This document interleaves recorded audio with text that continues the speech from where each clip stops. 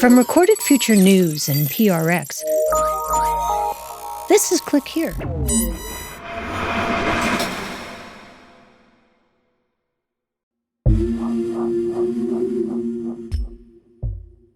For the last 4 years, the war in Ukraine has become a bit of a race. One side builds something new, and the other side figures out how to stop it. Then the cycle starts all over again. And after thousands of iterations, something unexpected has happened. Across much of the front, the war has become remarkably difficult to move.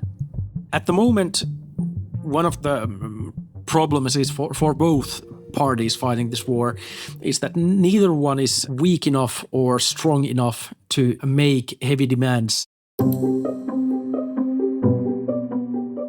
From Recorded Future News and PRX, this is Click Here, a show about the people making and breaking our digital world.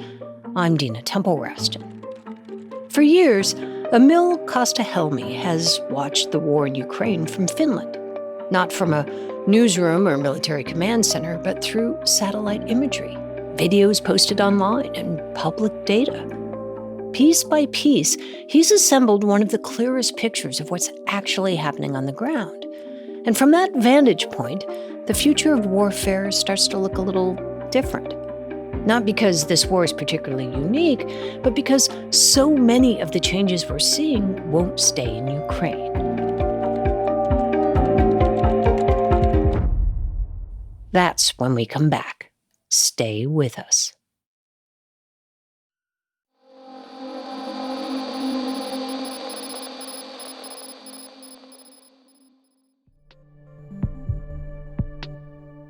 Emil Kastehelmi is a military analyst and co-founder of the Finnish-based Blackbird Group, and he's been tracking the war from the very beginning.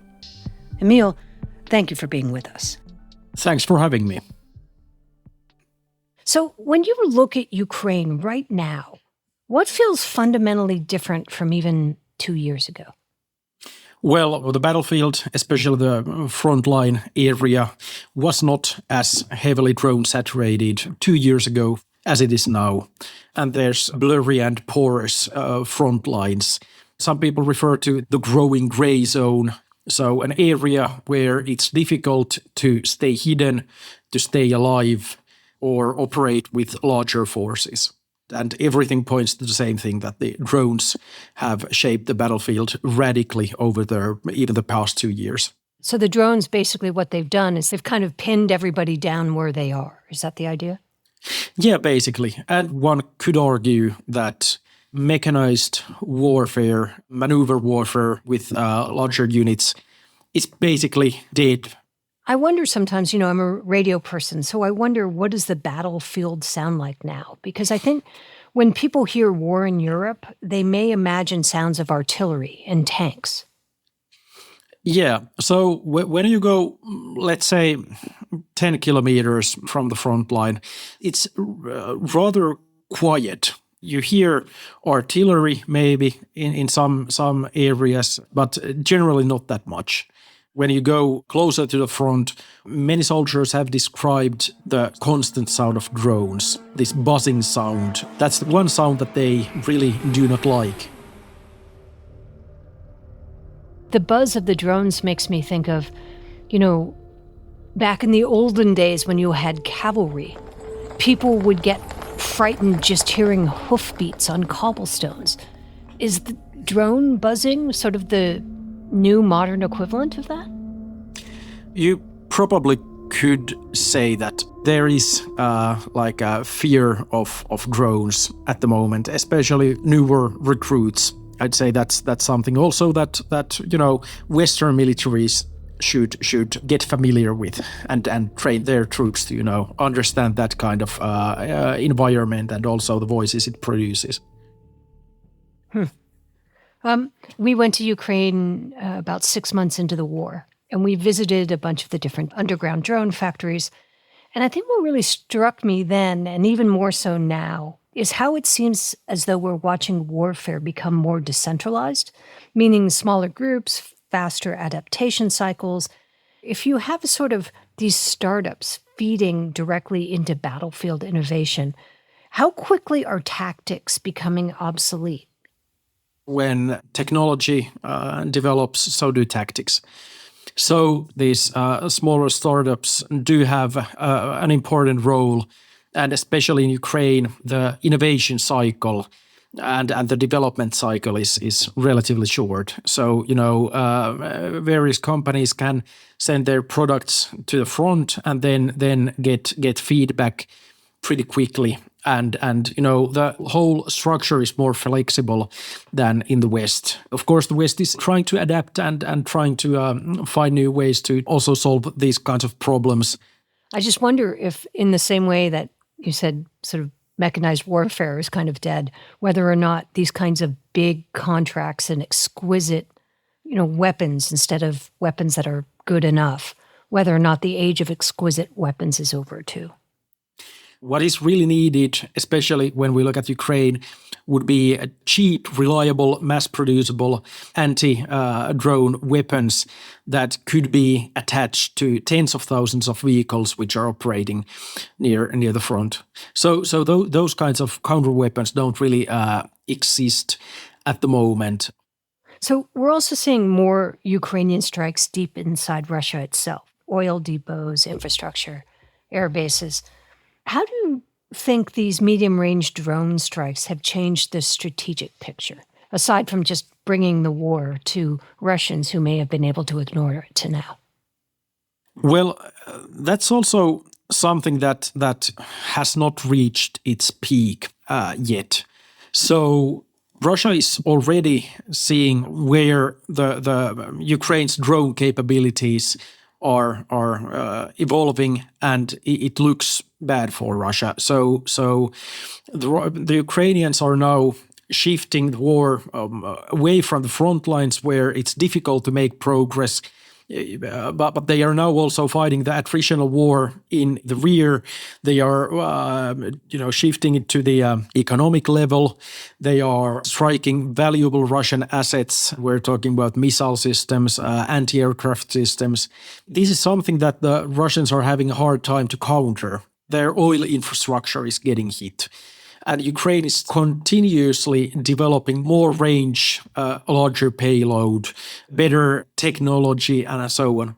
So this will get worse for Russia before they are able to employ effective countermeasures. So there's a communications layer over this war as well: Starlink, Telegram, electronic warfare. How dependent do you think modern warfare has become on commercial technology platforms?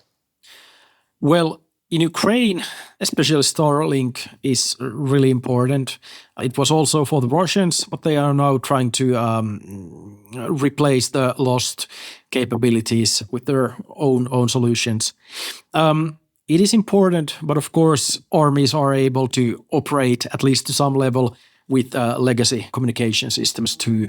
So it's not like the whole Russian army had shifted all of its communications to work through Starlink or anything like that.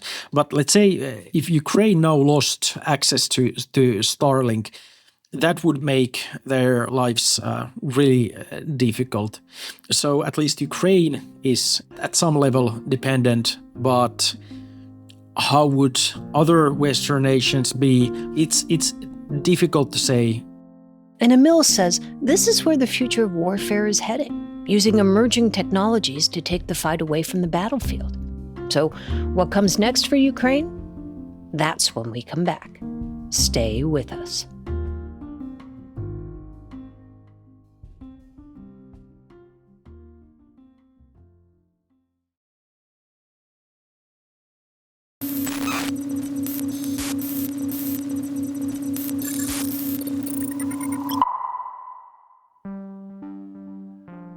You mentioned the use of AI, especially around targeting and autonomous systems. What is AI doing in Ukraine? And are we still at the beginning of that shift, or are we well inside of it? Well, both parties are trying to put AI into use in the drone war. And AI has some sort of role, but still human pilots are needed to do drone strikes. So AI has not taken over yet, but it is an effective tool that could shape the drone war into something new again. And if AI is being utilized more effectively in the drone war, we could see less usage of the optical cables that are now being used widely. Right. These are the ones that follow the drone around for kilometers. Yeah, basically a spool attached to the drone. It's like and a giant extension cord. Yeah, basically that's what it is, yeah. So recently, Vladimir Putin has suggested that it was time to, in his words, bring this matter to a close when it comes to the war. How do you interpret that? And do you think that drones are a major reason why he's even considering that? At the moment, one of the problems is for both parties fighting this war is that neither one is weak enough or strong enough to make heavy demands, and neither is in a position where they would need to accept even like these kind of strong demands. Ukraine will not leave Donbas voluntarily, for example. The Russians can't dictate those kinds of things to Ukraine. Ukraine also understands that keeping their sovereignty is an existential question. Do they have a path to NATO, to EU, and so on? So it's also more than just a few thousand square kilometers of eastern Ukraine. And of course, Russia doesn't want Ukraine to achieve any of those. So there's goals that are incompatible. And this is the reason why the war will continue, because, if diplomatic solution can't be found, then they will try to solve the issues on the battlefield with military operations. And both still think that they are more able to achieve more on the battlefield compared to the diplomatic solutions. But what needs to happen is also that Ukraine needs to start getting even more serious military victories, which could also show the Russians that they are unable to achieve their goals by just the current military means. Just grinding people down. Yeah. So when historians look back on this war someday, will they see it as the last industrial war or the first true drone war? At least they will look at it as the first true drone war. And it's interesting to think, how will drones be utilized in the future? It is possible that the war in Ukraine could be one sort of an anomaly between the other wars. But it's also possible that the future of the battlefield is looking more unmanned for all participants in the future. Humans will, of course, play a certain role in all situations. But, for example, if we look at what Ukraine is doing, they are heavily pushing for all kinds of unmanned solutions at the moment, not just in the air, also on the ground. So we will need some more large-scale wars before we can actually say how will historians view this one. Emil Kastehelmi, thank you so much for being with us. We really appreciate it. Yeah, thanks for having me. For centuries, governments largely decided how wars were fought. They built the weapons, set the timelines, controlled the technology. Ukraine has challenged that model. Some of the most important ideas in this war didn't come from a defense ministry. They came from startups, volunteer networks, hobbyists, and people who learned their craft online. The war in Ukraine hasn't just changed what's being built, it's changing where the new ideas come from. This is Click Here.